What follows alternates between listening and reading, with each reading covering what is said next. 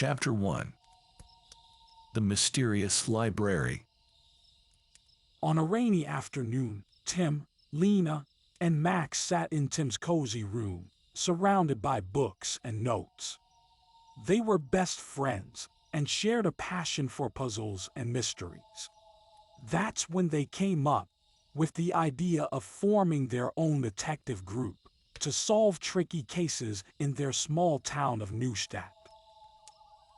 "Hey, how about we call ourselves the Book Detectives?" Lina suggested as she flipped through an old book. "That sounds great," Max agreed. "But we also need a first case to solve." At that moment, Tim's cell phone rang. It was his mother, who worked at the old public library. She was telling him about a strange situation. For some time now, books had been disappearing from the library without anyone noticing. "Guys, I think I have our first case," Tim exclaimed excitedly. "My mom says books have been disappearing from the library. We could try to find out who's behind it." Lina and Max were immediately on fire. "That sounds like a real adventure," Lina said. "Yes, just the thing for the Book Detectives," Max added.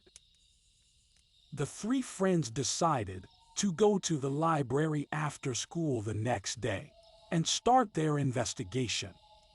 When they got there, they were greeted by Tim's mother, Mrs. Mayer. "Good afternoon, Mrs. Mayer," the three friends greeted. "Good afternoon, you three. Tim told me that you are going to find out what happened to the missing books. I wish you good luck and hope that you will find out the secret," Mrs. Mayer said and smiled. "I appreciate your assistance, and I hope you will get to the bottom of the mystery." Over the next few days, Tim, Lina, and Max spent their afternoons in the library, helping to sort books and observing visitors. They secretly kept notes on everyone who entered or left the library, watching for suspicious behavior. But despite their efforts, they didn't seem to get any closer to the culprit. Until one day, when Tim happened to find a strange note in one of the books. On it were strange signs and symbols. "Look at this," Tim exclaimed, showing the note to his friends. "Could this be a clue?" Lina looked closely at the note. "Maybe it's some kind of secret message or code we need to decipher," Max nodded. "That might lead us on the trail of the culprit. Let's try to break the code." With the new clue in hand, the book detectives were more determined than ever to solve the mystery of the missing books. They knew they were in for a tricky puzzle, but they were ready to solve it and put a stop to the culprit. Chapter 2. The Hidden Clues. Full of determination, Tim, Lina, and Max set out to decipher the mysterious note. They researched various books on codes, cryptography, and secret writing to find out what the symbols could mean. After hours of work, Lina finally had a breakthrough. "I think I've got it," she exclaimed excitedly. "This is some kind of substitution code. Each symbol represents a letter. If we decode this, we'll get a message." The friends worked together to decipher the code and eventually discovered a hidden message. "The missing books are the key to the hidden treasure." "A hidden treasure?" Max asked incredulously. "That sounds like something out of an adventure novel," Tim pondered. "Maybe there are other clues in the missing books that will lead us to the treasure.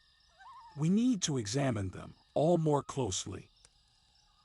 The book detectives now turned their attention to analyzing the missing books.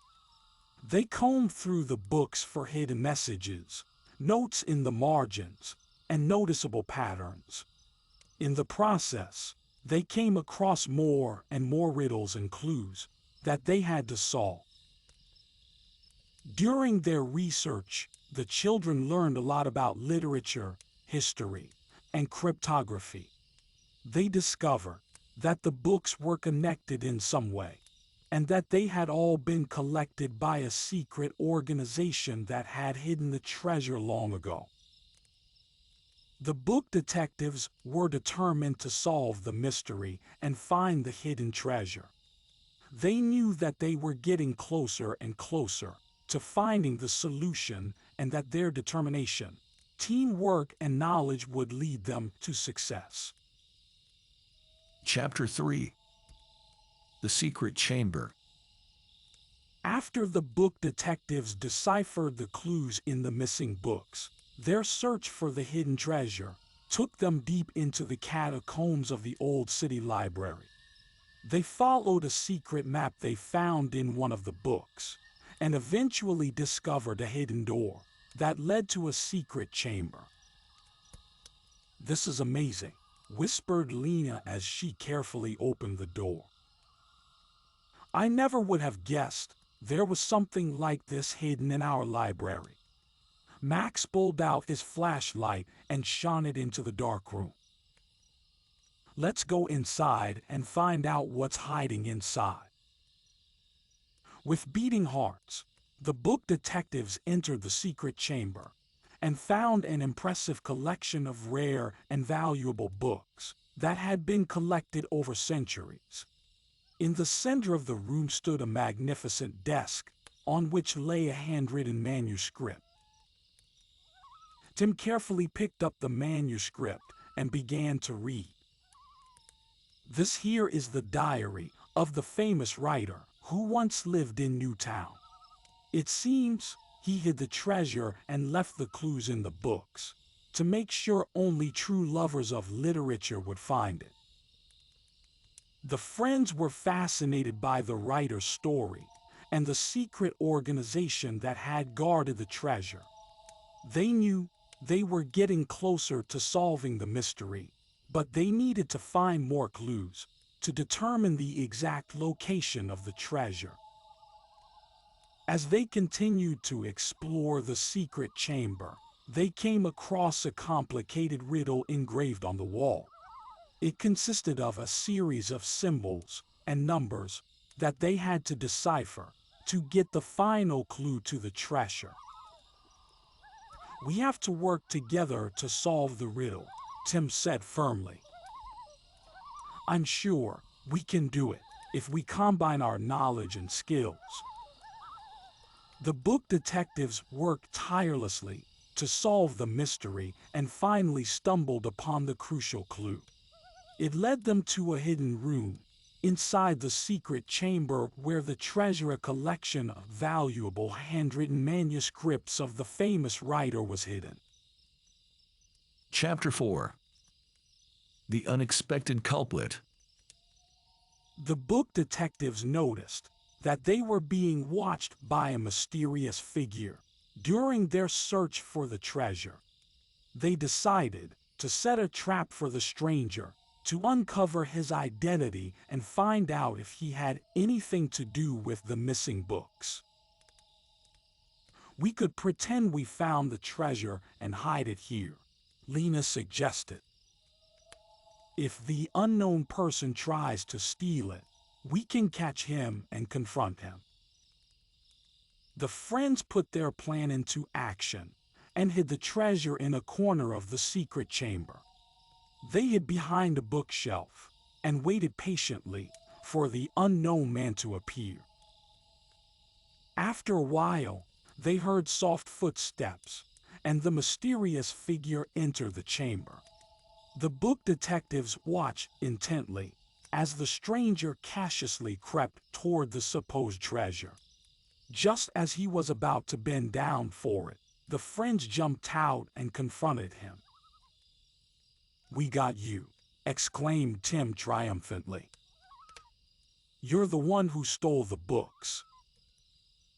When the figure turned around, the friends were astonished to realize that it was Mr. Meyer, the librarian. He looked nervous and embarrassed when he heard their accusations. "Yes, it was me," Mr. Meyer confessed. "I wanted to find the treasure to solve the library's financial problems.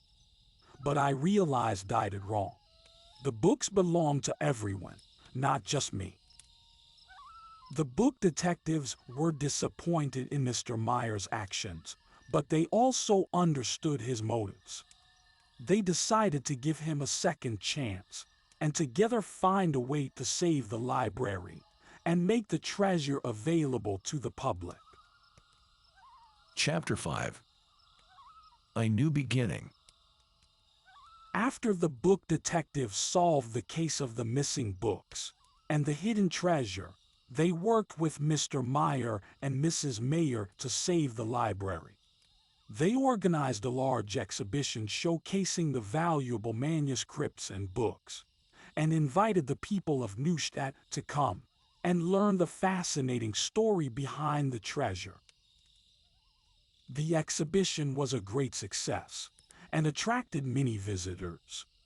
The newfound attention provided the library with enough financial support to keep its doors open and preserve its valuable collections for future generations. The book detectives were proud of their accomplishment and knew that through their persistence, cooperation, and love of literature, they had achieved something significant. Not only had they found the treasure, they had saved the library and connected the people of their town more closely to the world of books. Mr. Meyer expressed remorse and gratitude for the second chance the book detectives had given him. He vowed to always act honestly and sincerely in the future and to work wholeheartedly for the good of the library. Mrs. Mayer was overjoyed at the young detective's dedication and salvation of the library. She decided to officially hire the friends as library volunteers so they could continue to help preserve the books and their stories. The book detectives enthusiastically accepted the offer and vowed that they would always be ready to solve new mysteries and explore the world of books and secrets. Together, they had many more exciting adventures, and their friendship and cooperation grew stronger day by day. The story ends with a promising outlook on the future of the book detectives, who together as a team continue to solve exciting cases, gaining a lot of knowledge and valuable life lessons. Their adventures in the world of books and puzzles make them role models for children.